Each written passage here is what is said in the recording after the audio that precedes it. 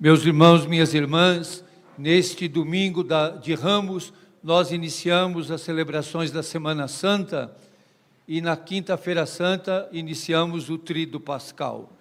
A liturgia deste domingo de Ramos nos coloca em confronto com a palavra de Deus. Primeiro, nós até cantamos, Hosana ao filho de Davi. Jesus nunca aceitou ser chamado filho de Davi, porque os que chamavam filho de Davi esperavam de Jesus força e poder. E Jesus assume a fraqueza, Jesus assume a fragilidade humana, e é isso que nos diz Paulo na carta aos Filipenses.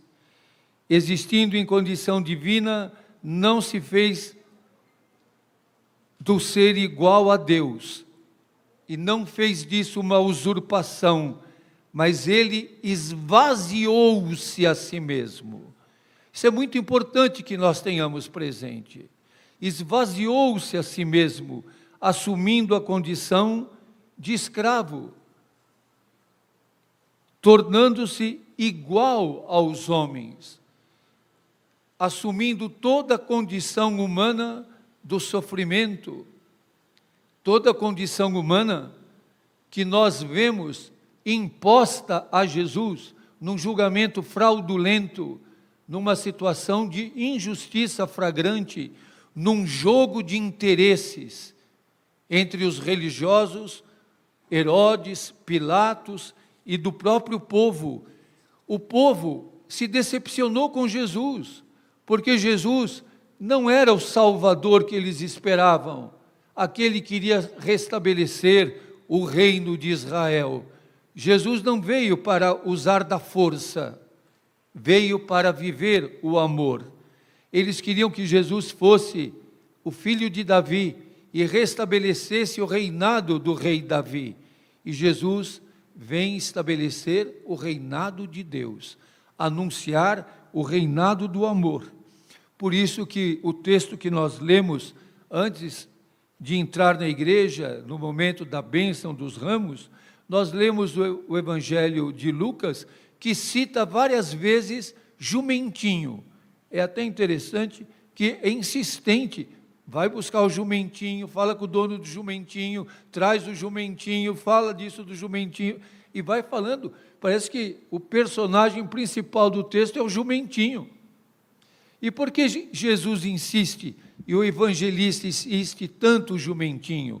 Para retomar o profeta Zacarias, colocando que aquele que vem de Deus não vem montado na cavalgadura, na mula, no cavalo dos reis, mas no jumentinho dos servidores. Jesus é um Salvador, um Messias, montado num jumentinho, sem nenhum poder, a não ser a força do amor. É isso que nos move a lutarmos. Muita gente pergunta, mas como buscar força para lutar?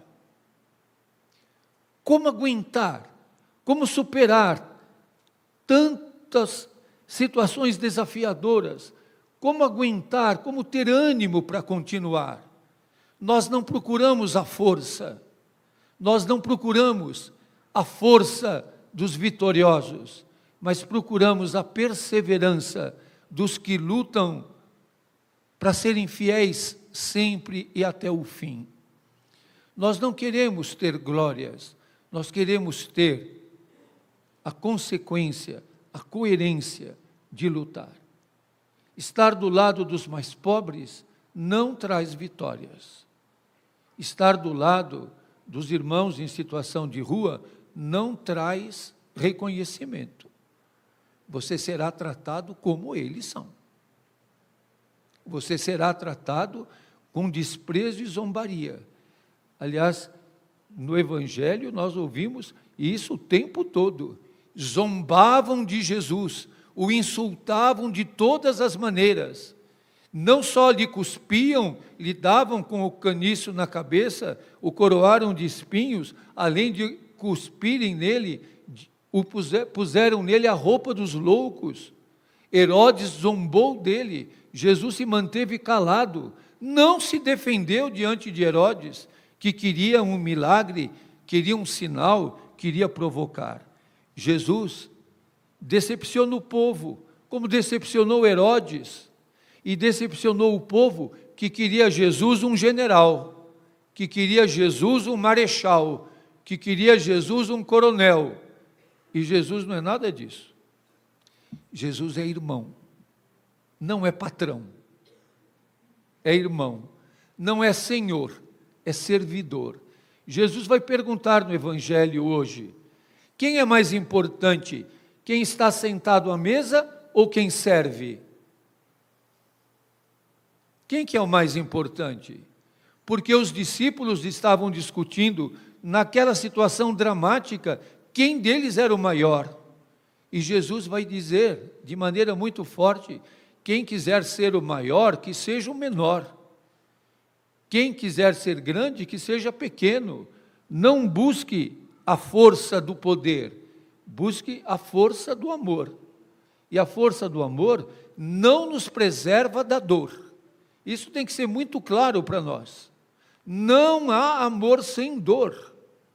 E o amor é uma decisão também. É um sentimento, mas é uma decisão que nos faz caminhar e seguir Jesus, apesar das vicissitudes, apesar das dificuldades.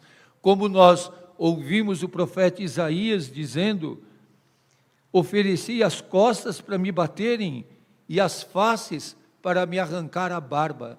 A maior ofensa que poderia haver para um judeu é arrancar a sua barba. E ele diz, ofereci o rosto para arrancarem a minha barba. Não desviei o rosto dos bofetões e cusparadas. Mas o Senhor Deus é meu auxiliador. Eu não vou deixar abater o ânimo. Conservei o rosto impassível como pedra. É a força que hoje nós buscamos, a força de enfrentar os desafios de cada dia, a força de perder e não se sentir derrotado, a força de lutar e continuar ferido, a força de ter a coragem de enfrentar tantos desafios como são os que são jogados para nós. Jesus foi acusado e dizer, achamos este homem fazendo subversão. Achamos esse homem fazendo subversão entre o nosso povo, proibindo de pagar imposto a César e proclamando ser ele mesmo o rei. Jesus foi acusado de subversão e por isso foi aprisionado, foi levado não só ao governador Pilatos, mas para Herodes também. E eles dizem, ele agita o povo, ele agita o povo. É interessante que essa semana me bombardearam de mensagens e eu fiquei com as minhas redes sociais bombardeadas de mensagem. Falei, como gente que fala contra os outros dá sucesso, não é? Alguém falar bem não dá sucesso, como falar mal. E que eu nem lembro o nome dele, e também, se lembrasse, não ia dizer para não dar, fazer propaganda, pediu a excomunhão de alguns bispos e de alguns padres, entre ele e eu, pedindo que o padre Júlio seja excomungado. Pedir isso, acusar o outro, querer desqualificar as pessoas, não é humano, não é sinal de humanização.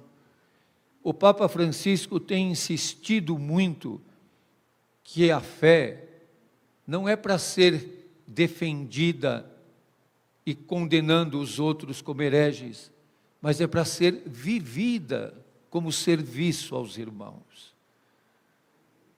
Quem olha a nossa cidade e vê o que hoje é a Praça Princesa Isabel, aquela multidão de pessoas esfarrapadas, alguns deles completamente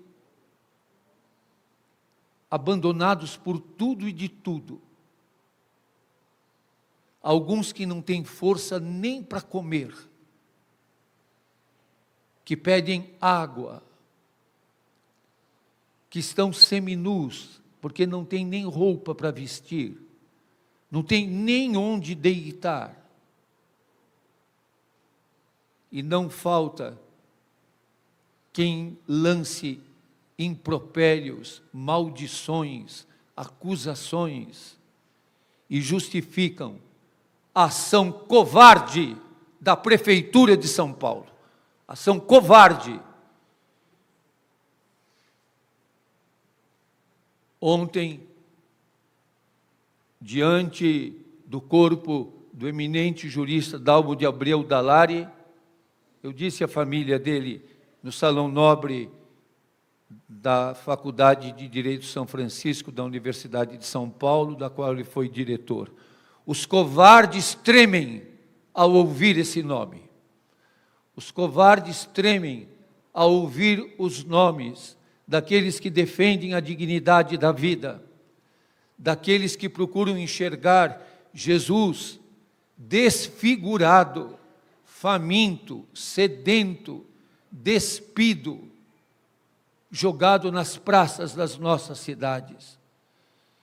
Para nós é difícil celebrar a Semana Santa se nós não formos capazes de olhar a Jesus, que está presente na nossa cidade, nos indesejados, nos que não têm nenhuma aparência atrativa, naqueles que podem nos causar até impacto. Nessa semana, eu pedi a um dos bispos auxiliares de São Paulo que fosse à praça, sexta-feira, para ajudar a partilhar a refeição. Ele levou um impacto muito grande de ver aquilo. E ele até disse na hora, parece um campo de refugiados. Um campo de refugiados. É neste tempo que nós lemos esse texto do Evangelho. Nós não podemos ler o Evangelho sem ter os pés no chão. Muitas vezes nós gostaríamos de ler o Evangelho como se estivéssemos voando. Não tem jeito, a lei da gravidade faz os nossos pés ficarem no chão. E nós muitas vezes queremos viver, ler o Evangelho, vivenciar a nossa fé, como se nós estivéssemos pairando no ar. Nós temos que ler a paixão de Jesus, lendo a paixão do povo na cidade. Não é possível ler a paixão de Jesus e não enxergar a paixão da multidão faminta, dos desempregados, dos doentes, dos que não têm esperança, dos que estão cansados, dos que estão sofridos. Que esse início da Semana Santa seja para nós um compromisso de seguir Jesus, o crucificado, de seguir Jesus, o ressuscitado, de seguir Jesus presente na vida e presente na história, de não sermos meros assistentes. Tem muita gente que pensa que a nossa religião é só a Semana Santa. E parece que a gente quer que Jesus fique morto e não fale nada. Ele está vivo na história, na nossa cidade, nas situações que nós vivemos, no dia a dia em que nós vivemos, e nas situações difíceis. Vejam que toda leitura da paixão, segundo Lucas, é um conflito. E Jesus é misericordioso. Ele ainda perdoa e diz: Pai, perdoa-lhes, porque eles não sabem o que estão fazendo. É preciso que essa misericórdia continue presente E é estranho, mas a misericórdia suscita muitas vezes conflito. Porque a misericórdia, o coração para os míseros, faz um movimento ao encontro dos que estão abandonados. Faz um movimento ao encontro dos que estão vivendo a dor. Faz um encontro movido pelo amor. Que nós sejamos capazes de deixar que essa Semana Santa que iniciamos hoje interfira na nossa vida. Afete a nossa vida.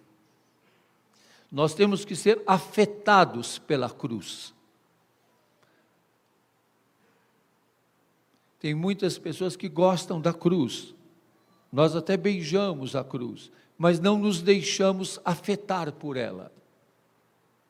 Nós precisamos sermos afetados pela cruz. Que nos toque, que nos transforme, que nos purifique e, sobretudo, que nos humanize. Amém. Creio em Deus Pai.